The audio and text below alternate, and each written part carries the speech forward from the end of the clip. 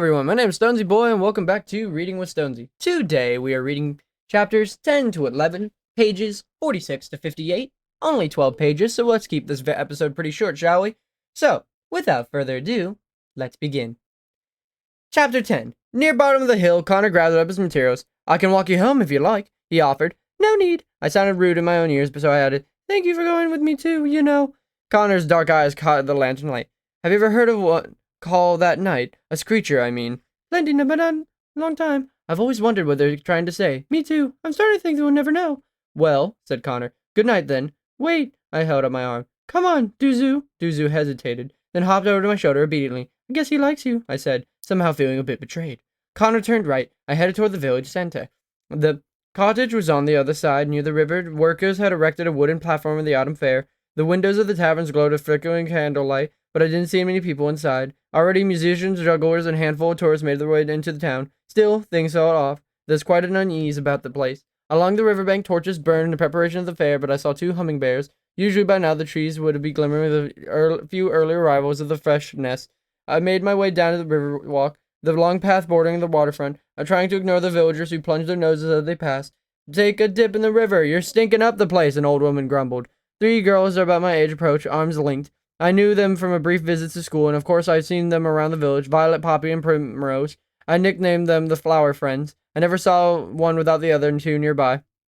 "What's that I smell?" Poppy asked, loud enough to be sure I heard. That's the Screecher girl," Primrose said as they walked past me. Normally I would have cowered, but I was mad, and anger made me louder. "That's my new perfume," I yelled to the back. "Do you like it?" Their laughter reminded me of cawing crows. I didn't care about wit about those girls. They didn't matter. The last. Beside me, the blue willows stayed in the breeze. Their long leaves had already turned silver, and one side deep blue and the other, mesmerizing in their fall colors. But without the hummingbirds and their shimmering nests, the trees seemed lonely and unfinished.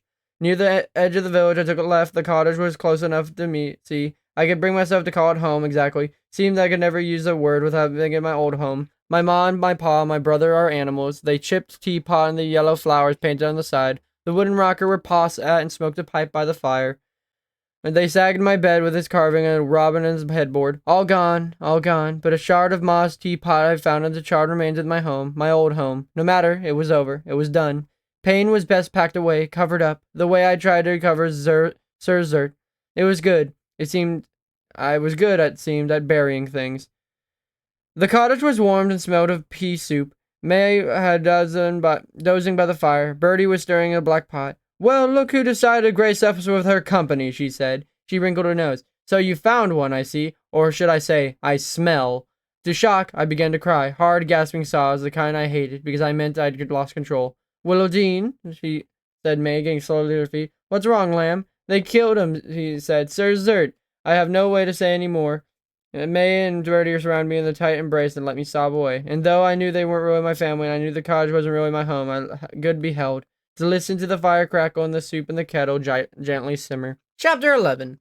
May and Bertie were impossibly old and crotchety. There wasn't any job they hadn't done during their long lives, it seemed, including working as healers. Their cottage was filled to the brim with potions and herbs, glass bottles and mortars and pestles, but their favorite work so far was been acting in a traveling theater troupe. A day never went by without one of them breaking into song, reciting a sonnet, and dancing a jig. It was the price I had to pay, Bertie said, for living with 2 former thespians. I owed them everything, and I knew it. They spent many sleepless nights tending to me after the fire, and they'd welcome me like it was kin. I did my best to show my gratitude. I weeded our garden, sold eggs from our coop, took odd jobs and I could find them. I did every chore and they asked me, and then some. Still, I tried hard to not let myself care of them too much. They made it easier than it might have been. They'd be surely as screechers. May was round and red-cheeked. Bertie was broomstick thin, taller than any woman I ever met, and even most men. They both had mounds of white hair, piled in flat puffs atop their head like melting snowballs. People called them witches, whispered about them. No husbands, no children, no strange birds. It made me want to protect them, but truth be told, May and Bertie didn't seem to need protecting. They've been together, they said, since before the dawn of time, and despite their occasional squabbles, it was clear that they could love each other dearly. After a hot supper of soup and crusty bread, I did my evening chores and headed straight to bed. My room was cramped. I had been a pantry before my arrival. It had been cozy and I had a window, and that was all I needed. That night the moon had hid beyond the clouds and sleep hid from me. Duzu snored peacefully on my pillow. Everything about him was curled. He slept in a tight ball, his tail looped, wings hugging his round body. How did he sleep so soundly? After all these years, I still woke up dreaming of fires, of screams, and helpless. Sometimes I'd be the one screaming out loud, and Bertie May would come running in to soothe me. Duzu had been through the same fire I'd had. Why didn't they have bad dreams? Did animals remember things the same we did? Or did the world just exist from moment to moment for them? I closed my eyes. I saw Zerzert laying on the forest floor. I opened my eyes, ceiling clouds quilt. Eyes closed again, I saw two men grabbing my hands and pulling me through the broken window. I heard the fire growl in the living thing, heard myself yelling, Pa, Ma, Toby, till my throat knotted and I was unconscious. Eyes open, Duzu, my worn and dusty shoes, my notebooks. I lit my lanterns, reached for the notebook, and fumbled through its pages. Sometimes that calmed me. Over time, I learned the ways to trick myself into slumber. I glanced over the pages. It had been 2 months since I'd seen any screecher, but Zerzert. I skimmed some more, and it had been 11 months since I heard the screecher call at night. It was almost a year ago, right after I turned 10. Tomorrow I'd be 11. Not that I felt there was much to celebrate. I knew there would be no gifts and that I had no coins to spare for such things. I closed my eyes and tried to recall my last birthday with my family. Mom and Pa had just finished building our home, and it made of logs and mud in time. Mostly. A simple dwelling, but they're proud of it. It'd been helped a bit, or at least my parents had pretended to let me help. All that work and sweat was building and dreaming, gone in a flash, in a frenzy of flames. That was the point of making things if they only came to ashes. All too often I only dripped off, only to wake from the nightmares about the fire that killed my family. It'd be bathed in sweat, screaming for help, gulping for air. It'd been so often I almost expected it. It wasn't so bad, really. May and Bertie always had been there to comfort me, and sometimes I even managed to fall back into an uneasy slumber. That night was different. Instead of flames and death, I dreamed about a screecher calling. I woke, startled and hoping for a moment, anyway. But no, the moon was still hiding and the world was still quiet. Wow, we reached the end of part 1, so that's very strange. But, yeah, like I said, today's going to be a very quick episode, and yeah, I don't know. Just 12 pages, and just kind of nice that it's really quick. But you know what else is nice? The fact that today we read pages 46 to 58, chapters 10 and 11. So now we gotta do the change the pages now. Good. We're next time gonna read page 59 to 82. Well, I mean 80. 82, but like, oh god, how do I explain that? So it's like 80, but like, we're also, so 82. Never mind. Oh, I changed the wrong one. Oops. Next time we'll be reading pages chapter 12. This is just, I'm silly. I'm very silly. 59 to 80, and chapters 12 to 14. So, I know y'all. Okay, Stonsey, cool. That was a cool reading of WIllodeen. Whatever, man. But you know why we're here. We're here for...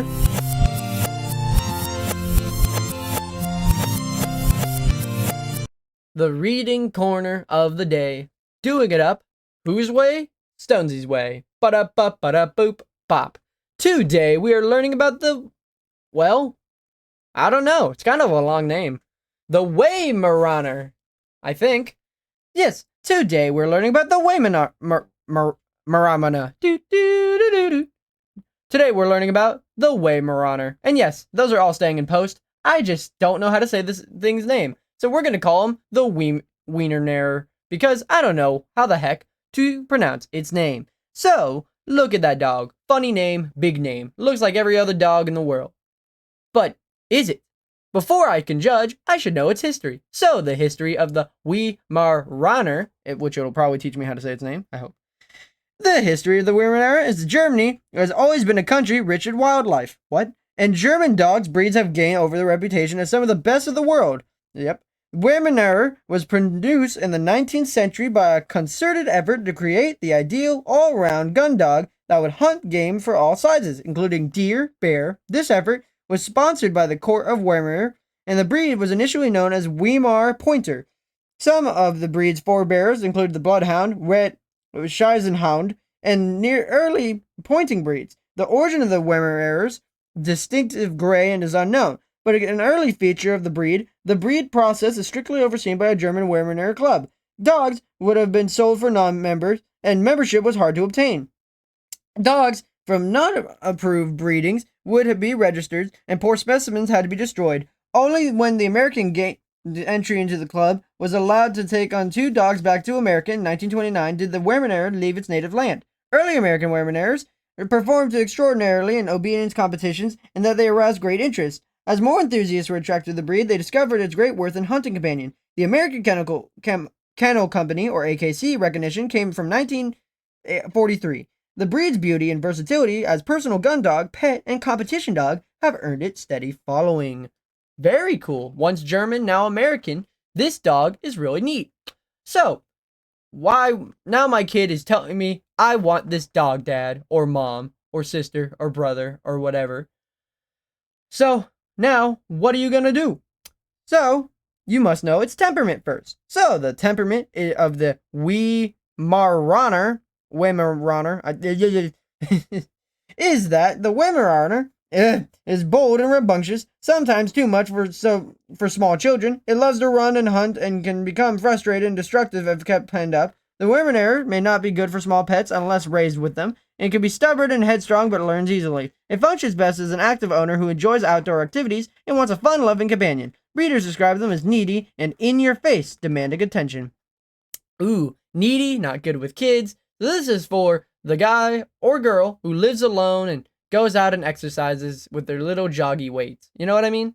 Maybe that's you. Don't know. But yeah, now for the upkeep. The upkeep of the Weimaraner is that it needs daily extraneous exertion and must for the Weimaraner. It's breed for city life unless its owner is a jogger. Even then, it needs to stretch its legs, run, and explore in a large, safe area. It needs a yard at home and is not suited for cold nights outside or separation from people. As a social dog, it needs best when it can divide its time between indoors and out. Coat care is minimal, occasional brushing to remove dead hair. Now, if you are any kid, I don't know why you're here, this dog isn't for you, but do cover your ears, and any adult, please start taking notes. For the health is actually very minimal, huh? The health of the Weimaraner is, its major concerns are gastric torsion, stomach. Minor concerns are spinal dysplasia, a misformed spine, and CHD, entropin, and distichiasis. So basically, get it tested for its stomach, or for its entire body. Like body, main body. Oh, I'm sorry, there's more. VWD, hemophilia, and hypertonic osteodystrophy. It's occasionally seen with ununited ericoronal process, inversion of nictitating membrane, PRA, dwarfism, tricupid valve dysplasia, persistent right arterial arch, and hypothyroidism. Its suggested tests are hip, eye, and blood. The lifespan of these dogs are 10 to 13 years. Now, the second to final thing before we end the episode off is the form and function. What is this thing, form and function, Stonsey? Well, I already just said it's not for kids, so I don't know why you're asking me this, but I'll read it to you anyway. The form and function of the Weimaraner is built to hunt with great speed and endurance and combines great stamina, raciness, and alert demeanor. It's find aristocratic features with a kind expression. The gait is smooth and effortless. The short, sleek coat is noted for its unique gray color. Very nice. Very cool. Now, for the tier list. 5 is the best, 4 is alright, 3 is average, 2 is not alright, and 1 is the worst. Now go. So, the energy level is at a 5. Wow, I think this is the first. Exercise requirements is out of 4. Playfulness is out of 4. Affection level is out of 3. Friendliness towards dogs, other pets, and strangers are out of 2. Watch out. Ease of training is out of 4. Watchdog ability is out of 5. Protection ability is out of 4, which is new. Grooming requirements is out of 1. Cold tolerance is out of 2. And heat tolerance is out of 3. This is a very interesting dog. Seems very strong, just not very social. Kind of like a tank. The weight for both male and female Weimaraners for healthy life is 55 to 90 pounds. Wow, these are heavy dogs. Maybe they judge in height because the male is 25 to 27 inches and female is 23 to 25 inches. So not very tall, yet very big. Interesting. Well, next time is going to be the final dog of this section, and it's going to be the one you're going to read in the next episode. So, hope you guys have a fantastic, wonderful day. Be polite, be efficient, make sure to like, comment, and subscribe, and I'll see you guys next time.